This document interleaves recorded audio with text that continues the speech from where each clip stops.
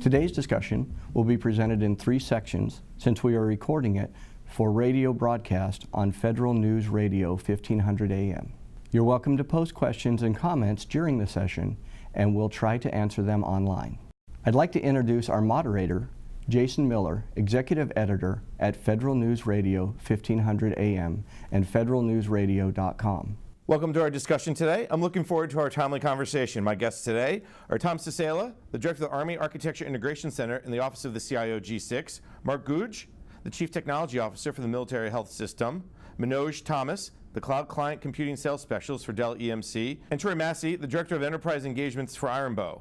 Gentlemen, thank you for coming today, and I'm looking forward to the discussion. Before we get started, let me set some context for our conversation. Let me ask a simple question. Where does your agency want to be from the technology perspective, from a citizen services perspective by 2020? Not such an easy answer. We're heading down the future of dummy terminals again. They're going to fill every desk. We're not necessarily talking about the green screens of the 1970s and 1980s, but this idea of thin client, zero client, seems to be growing as virtualization and cloud computing continue to take hold. Now, even though IDC Government Insights predicts cloud spending will drop in 2017, the research also shows investment in the cloud will rebound in 2018 and continue to rise to $3.3 billion by 2021. This is up from $2.2 billion this year. Now, IDC Government says demands of government computing can place significant demands on hosted data centers. IDC recommends agencies look for smart data centers with high-performance infrastructure services, scalable reliability, and secure services. IDC often says this is provided through the latest virtualization technologies offered in a trusted, carrier-neutral environment. But we know virtualization is more than just data centers. It can also enable better security through patching and risk mitigation. That can be done more easily. It can open the door to better mobile access to data and apps. And with virtualization, agencies can move to a single desktop interface where deploying operating systems or apps becomes a lot easier. And then that brings us to Windows 10. I know it's something that the Defense Department really wants to talk about because we know they missed their deadline to migrate to Windows 10 in January. But then again, getting 4 million people on one operating system is no easy feat. Now, we know DoD's long-term vision, as we will hear during the panel, includes both cloud, commercial, and government-only versions, better security through initiatives such as installing Windows 10, and moving to an as-a-service concept from tooth to tail. This combination of cloud, VDI, Windows 10 really are giving DoD, and many other agencies for that matter, a technology trifecta to bring the future to the government. And civilian agencies should also pay close attention to DoD's lessons learned in implementing Windows 10, as several, including the Commerce Department, the Veterans Affairs Department, the Social Security Administration, and the Transportation Security Administration are starting down this path. So with that context in place, let's turn to the panel. Once again, my guests are Tom Cicella, the Director of the Army Architecture Integration Center in the Office of the CIO G6, Mark Goodge, the Chief Technology Officer for the Military Health System, Manoj Thomas, the Cloud Client Computing Sales Specialist for Dell EMC, and Troy Massey, the Director of Enterprise Engagements for Ironbow. So you heard my intro, a lot going on, virtualization, Windows 10. I'm going to start with Tom with the Army. You guys are well down the path in many of these. Tell us where you are as it relates back to virtualization. So we actually have a number of parallel paths that we're following right now. Starting off really with the center of the environment from the enterprise perspective, which is our enterprise Army data centers. So we have a pilot going on right now at Redstone to do what is known as an on-premise contractor-owned, contractor-operated cloud infrastructure for the Army, which is really a highly virtualized, highly composed environment that we can start moving our enterprise applications to from what I'll call the traditional or legacy data centers. Historically in the past, installations, camps, posts, and stations for the Army have actually stood up their own servers, dedicated servers, mostly to individual applications, and so over the years, some of those applications have been virtualized, some of them have not. So what we're trying to do is actually inside the continental United States, we're going to stand up 4 data centers and migrate most of the applications that we can to those enterprise data centers if they are enterprise-wide use type applications. In addition to that, we're also, you mentioned Windows 10, we have a massive initiative with Windows 10. We actually meet weekly to make sure that we're tracking our targets and moving towards the Windows 10 infrastructure. Turns out the Windows 10 environment, although it did require some infrastructure upgrades, was much more of a hardware LCR problem for us, for the Army. I think some of the other military departments are facing similar things in that regard as well. So that's where the time it takes to kind of roll out Win 10 is actually coming from, is going out and touching 1.1 million individuals roughly.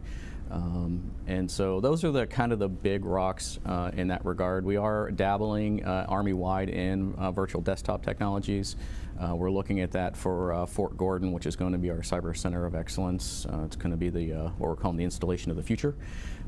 So we're really trying to investigate some advanced, new, modern technologies that are durable over time, that we won't have to rip and replace in, say, 5 or 7 years, because it's we're actually renovating the entire campus, not just the center, the Cyber Center of Excellence. So it's a very large military construction project that goes out for another 10 some odd years, with new roads, sewage, water, the whole shebang. So IT is a small fraction of actually what's going on in Fort Gordon. So. All right, so a lot to kind of dig out from. Let me just start with the data centers. I know the goal here is not necessarily to jump into the data center pool, but the COCO is the contractor-owned, contractor-operated cloud infrastructure, as you said, highly virtualized already. Where are you guys at with that? Is this part of the JRSS, JIE infrastructure, or is this kind of attached but separate?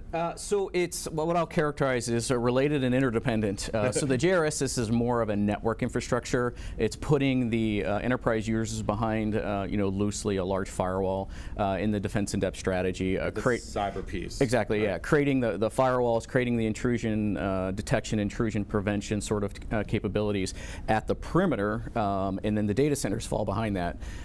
So with a pilot, the Redstone pilot, we're actually doing, we're starting to identify, we have identified applications. We're starting to migrate applications into the pilot and assess the utility there of what we're doing there. So our goal from our cloud first strategy is really to push more and more of the Army applications into an off-premise shared cloud environment, as opposed to what we're calling an on-premise shared environment, which is the Army data centers, right? So leveraging commercial cloud services as much as we can for the situations where we can. As you know, with the Department of Defense, we have many different environments, many of which are not what I'll characterize as cloud enableable from a public sector perspective. They have to be on-premise, they have to be controlled, physically isolated, that kind of thing. So that's really one of the things we're focusing in on, the Army enterprise data centers, and then trying to figure out how we can leverage what DISA is doing, the Defense Information System Agency is doing, relative to their core data centers and their infrastructure, which is affiliated with JIE, the Joint Information Environment. And I definitely want to get back to Fort Gordon and some of the work there, but I'm going to move over to Mark from Military Health Systems.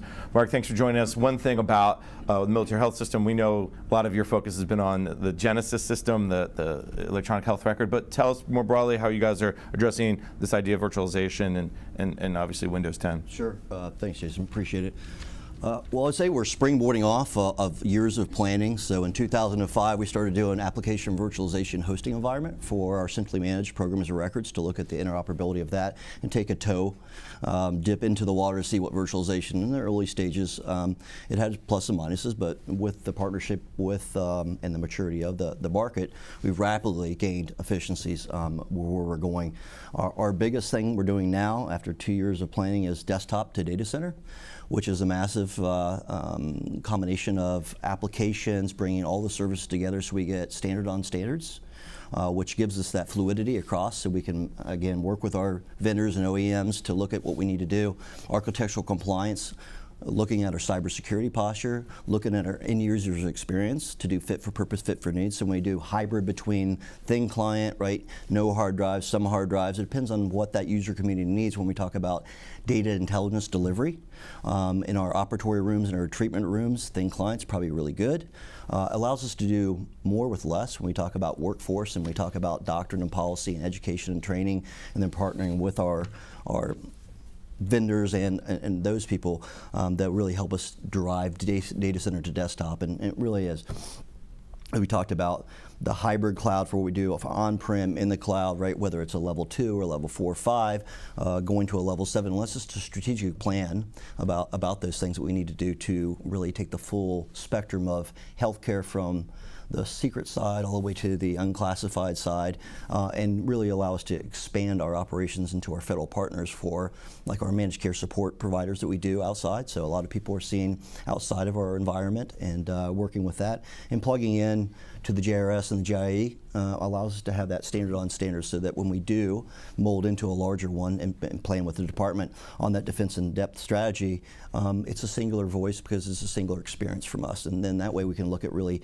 defects returns a lot quicker, and then we solidify a lot of our testing labs into a streamlined process, so we're doing with known knowns and trying to wring out the variabilities that we see now on rolling out the data center to desktop. So data center desktop, let me make sure it's clear, because you brought up a lot of different pieces and parts, right? Some have thin clients, some have hard drives, limited. Really what you're asking today is how do we get the person who's at their desk, who maybe is doing unclassified work, maybe not dealing with PII over and above, anything out of the ordinary, how can they hook back to that data center and don't have to worry about that tower underneath their desk? Correct. But then for other people, they may need that tower because if they're doing something more sensitive, we're still maybe in the unclassified world.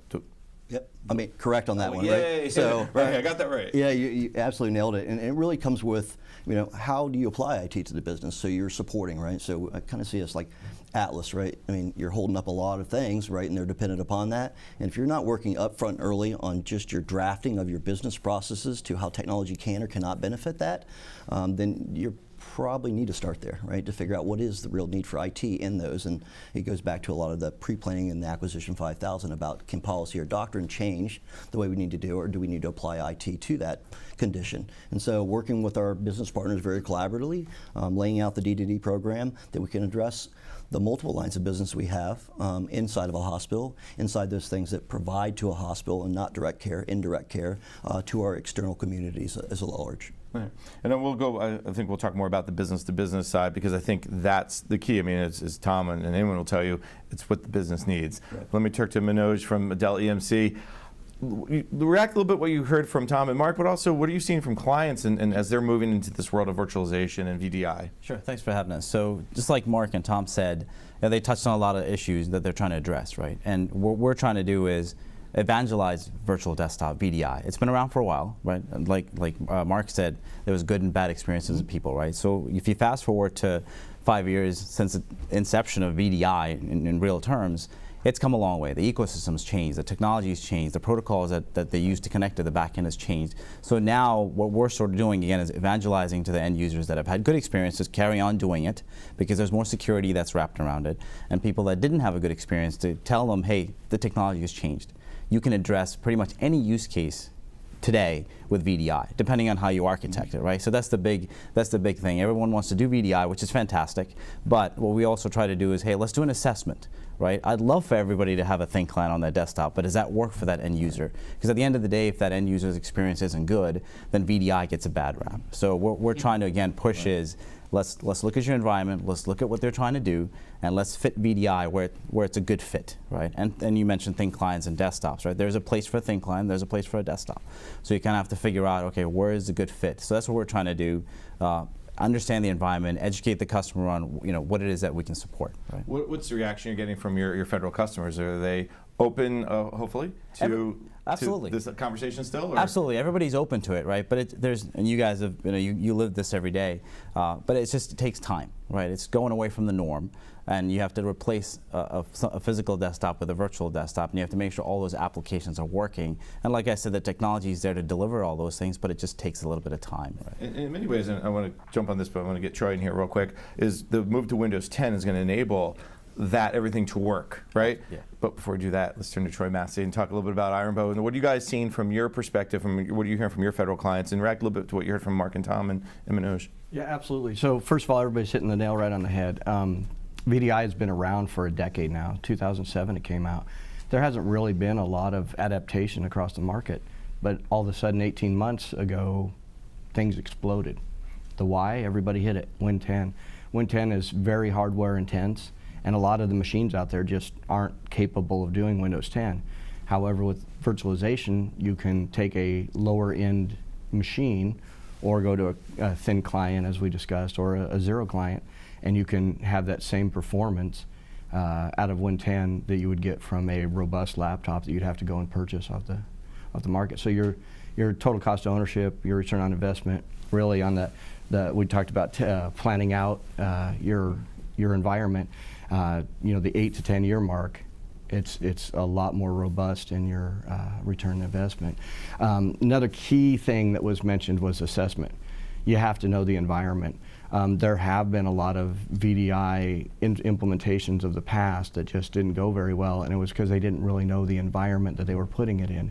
So assessment, assessment, assessment. It's interesting you talk about the desktops aren't capable or maybe aren't quite set up to handle the Windows 10. I guess maybe I haven't heard that before. Delve, don't go into huge details. Don't talk about processing power, please. Sure. And I'm still in Pentium 1, I think. But help me understand kind of like when you say they're not capable, because it's the most hardware-intensive operating system that Microsoft has put out to date. We saw a little bit of this with the Win 7 migration, primarily around hard drive space for Win 7, but every gamut across horsepower for Win 10 needs to be dramatically increased. And the fact is that less than half of the industry has machines out there right now that are capable of Windows 10. So then you get into, what are my options? Well, you either replace all of the desktops that aren't compatible, or you look at virtualization. Tom, are you finding the same thing? Because you mentioned you got to go touch each machine. Is that what you guys in the Army are seeing the same thing? Right. So Army-wide, so we have two distinct user populations, let me put it this way. We have the tactical user, the people that are in the field, some of which use computers, some of which who do not necessarily use computers, right? And then what I'll characterize is the enterprise users, or the people that are at desk and they have broadband connections where VDI is most applicable, right? So what we're seeing is a lot of money has been dumped overseas over the last few years, so their infrastructure is actually quite honestly better than the CONUS infrastructure, where the predominant number of Office users is. So we're really looking at those users, targeting those users, and quite honestly, I don't remember the numbers for Army-wide, but for HQDA, Headquarters Department of Army, which is primarily the Pentagon and the National Capital Region, 70% of our workstations are actually Win 10 ready, or they can accept a Win 10 image. The problem is the security requirements that we want to adopt that give us some serious advantages for Win 10. There's extra hardware required that most of the computers until recently, the last 12, 14 months or so, didn't actually have. So it's this thing called Trusted Processing Module 2.0, right? And so that's kind of been a checkbox we've really been looking for to increase the security. Now, back to VDI, ironically, if you adopt a very large VDI infrastructure, you don't need this TPM chip, right? Because all the data is back in the data center, right?